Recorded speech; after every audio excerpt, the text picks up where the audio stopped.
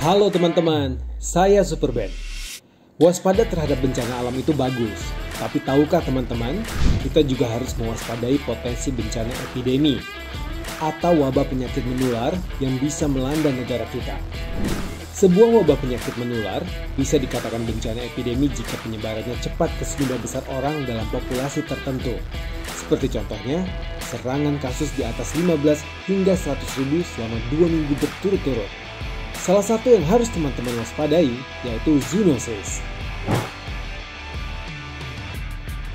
Apa itu zoonosis? Zoonosis adalah wabah penyakit hewan yang dapat ditularkan ke manusia atau sebaliknya. Penyebabnya bisa berbagai macam, yaitu virus, bakteri, jamur, atau parasit. Berdasarkan Permendagri nomor 101 tahun 2018, jenis penyakit menular yang dikategorikan wabah zoonosis diantaranya rabies, antraks, leptospirosis, brucellosis, dan avian influenza atau flu burung. Sebagian besar penyakit zoonosis yang muncul saat ini menyebar melalui kontak langsung dengan hewan, serta mengkonsumsi daging atau telur, susu dan buah-buahan yang mengandung patogen. Kita perlu waspada terhadap cara-cara penularannya.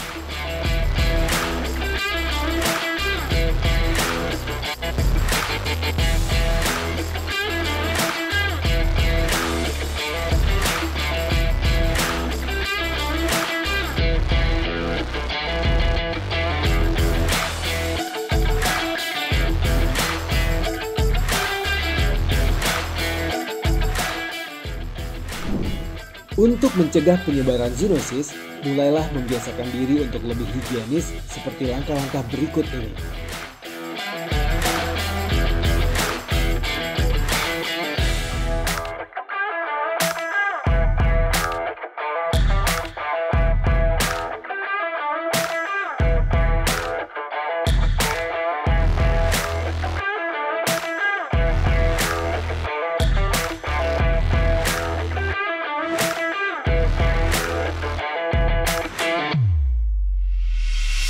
Namun, saat bencana wabah terjadi, harus langsung dilakukan 1.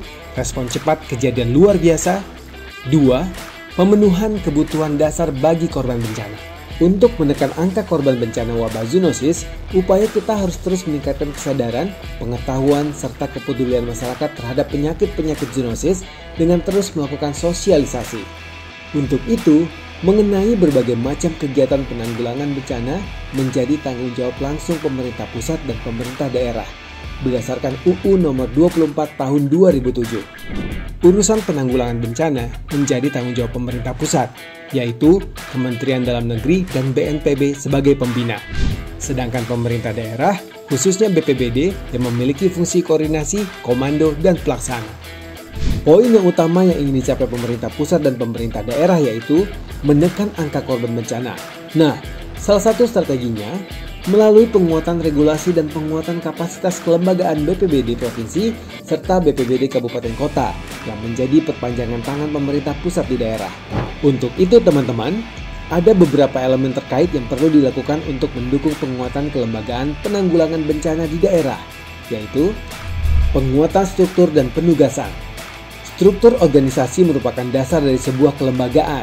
Maka, untuk terciptanya penguatan kelembagaan BPBD dimulai dari penguatan struktur dan penugasan.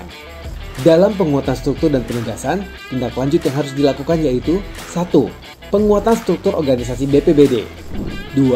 Standarisasi tugas dan fungsi pokok BPBD. 3. Penyesuaian eselonisasi dan jabatan fungsional. Dengan penguatan struktur dan penugasan yang jelas, maka sebuah kelembagaan akan berjalan sesuai dengan alurnya, karena secara jelas mampu memisahkan tanggung jawab dan wewenang anggotanya. Mulai dari kejelasan kedudukan dan koordinasi, kejelasan dalam jalur hubungan, kejelasan tanggung jawab, pengendalian dan pengawasan. Penguatan anggaran.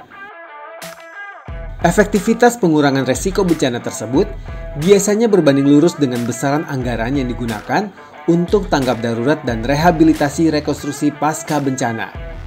Karena Anggaran merupakan alat untuk mewujudkan rencana.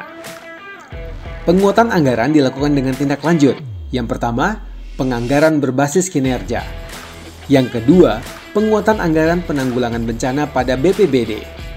Kebijakan ini diharapkan mampu meningkatkan efektivitas pengelolaan program kegiatan maupun alokasi anggaran untuk mengurangi tingkat risiko maupun penanggulangan bencana. Penjenjangan dan kompetensi. Dalam penguatan kelembagaan BPBD, kita juga perlu menguatkan standar pelayanan minimal melalui tahap selanjutnya, yaitu tahap penjenjangan dan kompetensi para aparatur BPBD. Tahap penjenjangan dan kompetensi meliputi beberapa hal yang harus ditindaklanjuti, yaitu 1. Penguatan terhadap jenjang karir aparatur BPBD. 2. Penguatan standarisasi kompetensi aparatur BPBD. Penguatan kelembagaan BPBD juga harus didukung dengan pengembangan komunikasi dan koordinasi dengan Bapeda, sehingga tercipta sinergitas dan peluang investasi yang berdampak besar pada pengurangan resiko bencana dan menekan angka korban bencana. Karena penanggulangan bencana adalah tanggung jawab bersama pemerintah pusat, pemerintah daerah, serta masyarakat. Semoga kita semua tanggap bencana dan bisa menjadi pahlawan super bagi diri sendiri dan keluarga.